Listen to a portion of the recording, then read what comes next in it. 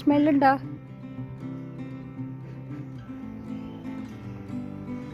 അടിപൊളിയാ?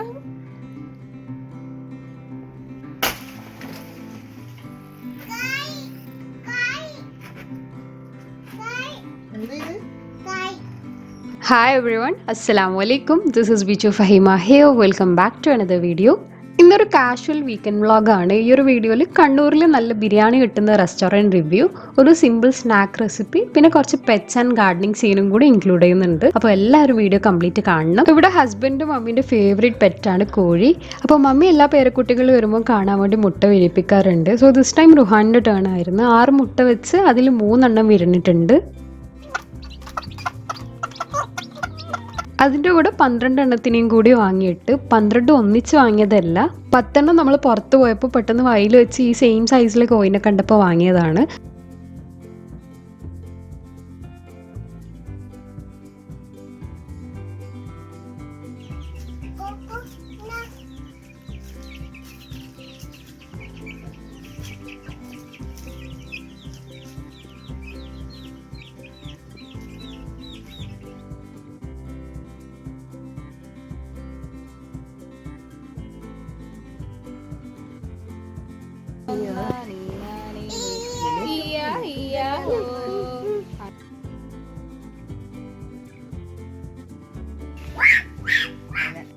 ബാക്കി 2 ഈ ഒരു പെറ്റ് ഷോപ്പിൽ നിന്ന് വാങ്ങിയതാണ്. തലശ്ശേരി ചെരക്കര എരഞ്ഞോളിപ്പാലം എത്തുന്നതിന് മുമ്പ് റൈറ്റ് സൈഡിലാണ് പെറ്റ് ഷോപ്പ് എന്ന നെയിമുള്ള ഈ ഷോപ്പ് വരുന്നത്.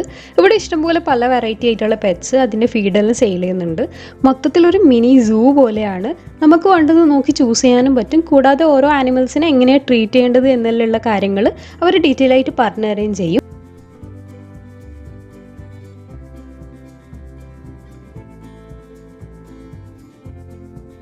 നമ്മൾ വാങ്ങിയത് ഒരു സ്പെഷ്യൽ വെറൈറ്റി ആയിട്ടുള്ള കോഴിയാണ്. ഫാൻസി കോഴി എന്നുള്ള പേര് പോലെ തന്നെ നല്ല ക്യൂട്ടാണ് ഇത് കാണാനും.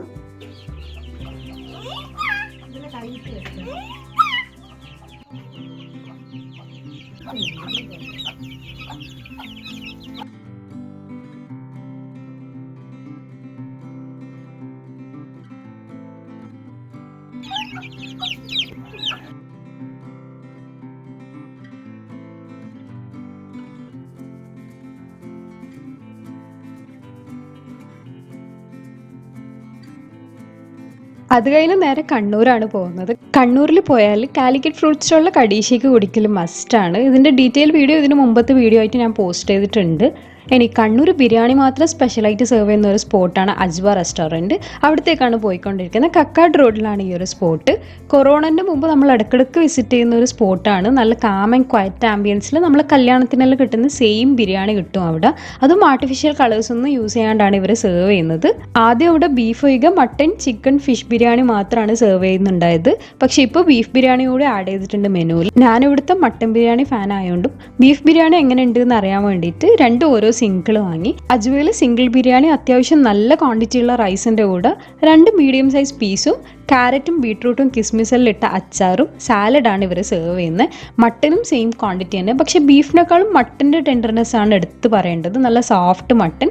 ഇത് കഴിക്കുമ്പോൾ ആ ഒരു മംഗല വൈബ് കിട്ടണമെങ്കിൽ അവരുടെ ചിക്കൻ ഫ്രൈ മസ്റ്റാണ്. നല്ല സോഫ്റ്റ് ആൻഡ് ക്രിസ്പി ആയിട്ടുള്ള ചിക്കൻ ഫ്രൈൻ്റെ ടേസ്റ്റ് അടിപൊളിയാണ്. ബീഫ് ബിരിയാണിയിൽ മസാലേൻ്റെ ക്വാണ്ടിറ്റി കുറവായിരുന്നു. സോ എനിക്ക് കൂടുതൽ ഇഷ്ടമായത് മട്ടൻ ബിരിയാണിയാണ്. അപ്പോൾ ചോറ് തിന്നതിന് ആ ഒരു മാസത്തെല്ലാം കഴിഞ്ഞാൽ നെക്സ്റ്റ് മിഷൻ ചായ ആണല്ലോ. ചായൻ്റെ കൂടെ കഴിക്കാൻ പെട്ടെന്ന് ആർക്കുവാണെങ്കിലും ഉണ്ടാക്കാൻ പറ്റുന്ന ഒരു സ്നാക്കാണ് കൈവീശൽ. ഈ ഒരു ട്രഡീഷണൽ റെസിപ്പി നമ്മളെല്ലാം വീട്ടിൽ ഗസ്റ്റ് വന്നാൽ പെട്ടെന്ന് ഉമ്മ ഉണ്ടാക്കുന്ന ഒരു സ്നാക്കാണ്. നല്ല സ്പോഞ്ച് ടെക്സ്ചറിലാണ് ഉണ്ടാവാൻ. അതിനുവേണ്ടി ഒരു ബൗളിലേക്ക് 2 മുട്ട പൊട്ടിച്ച് വെച്ചിട്ടുണ്ട്. ഇതിലേക്ക് 4 ടേബിൾ സ്പൂൺ പഞ്ചസാര ചേർക്കാം. ഒരു മുട്ടയ്ക്ക് 2 ടേബിൾ സ്പൂൺ പഞ്ചസാരൻ്റെ അളവിലാണ് ചേർക്കേണ്ടത്. ഞാനീ പറയുന്നത് ഏറ്റവും ചെറിയ ക്വാണ്ടിറ്റിയാണ്. ബിഗിനേഴ്സിനെല്ലാം ഈസി ആയിട്ട് ഫോളോ ചെയ്യാനും പറ്റും. ഒരു വിസ്കോ സ്പൂണോ യൂസ് ചെയ്ത് പഞ്ചസാര മെൽട്ടായി വന്നാൽ ഇതിലേക്ക് 1/2 കപ്പ് മൈദ കുറച്ചായിട്ട് ചേർത്ത് നന്നായിട്ട് മിക്സ് ചെയ്തെടുക്കാം. ഒരു മുട്ടയ്ക്കും 4 ടേബിൾ സ്പൂൺ മൈദ ആണ് കണക്ക്. 8 ടേബിൾ സ്പൂൺ മൈദ ആണ് 250 ml കപ്പിൻ്റെ 1/2 കപ്പ് എടുത്തിട്ടുള്ളത്. ഇനി ഫ്ലേവറിന് വേണ്ടിയിട്ട് 1/4 ടീസ്പൂൺ ഏലക്കായ് പൊടിച്ചത് കൂടി ചേർക്കുന്നുണ്ട്. അപ്പോൾ ബാറ്റർ ഇവിടെ റെഡിയായി. ഇതിലേക്ക് എക്സ്ട്രാ വെള്ളമൊന്നും ചേർക്കരുത്. ഈ ഒരു കൺസിസ്റ്റൻസിയിലാണ് വേണ്ടത്.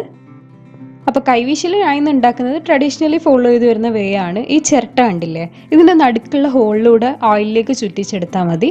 ഇതില്ലെങ്കിൽ നിങ്ങൾ സ്ക്വീസിങ് ബോട്ടിലോ അല്ലെങ്കിൽ പൈപ്പിംഗ് കവർ കട്ട് ചെയ്തിട്ടും ആക്കാം. നമ്മൾ ജിലേബിയെല്ലാം ഉണ്ടാക്കുന്ന സെയിം പ്രോസസ്സാണ്. അപ്പോൾ ഓയിൽ നന്നായിട്ട് ചൂടായി വന്നാൽ ഇതുപോലെ ചുറ്റിച്ചു കൊടുത്താൽ മതി. പെട്ടെന്ന് തന്നെ കുക്കാവും. ഒരു ഭാഗം ആയാലും പെട്ടെന്ന് തന്നെ തിരിച്ചിട്ട് ഓയിലിന് എടുത്ത് മാറ്റാം. അപ്പോൾ കുറഞ്ഞ ഇൻഗ്രീഡിയൻസ് കൊണ്ട് ഉണ്ടാക്കാൻ പറ്റിയ ഒരു സ്നാക്കാണ് കൈവീശൽ. എല്ലാവരും ട്രൈ ചെയ്ത് നോക്കണം. കഴിക്കാനും നല്ല ടേസ്റ്റാണ്. പ്രത്യേകിച്ചും കുട്ടികൾക്കെല്ലാം ഇഷ്ടമാവുന്ന ഒരു സ്നാക്കാണ്.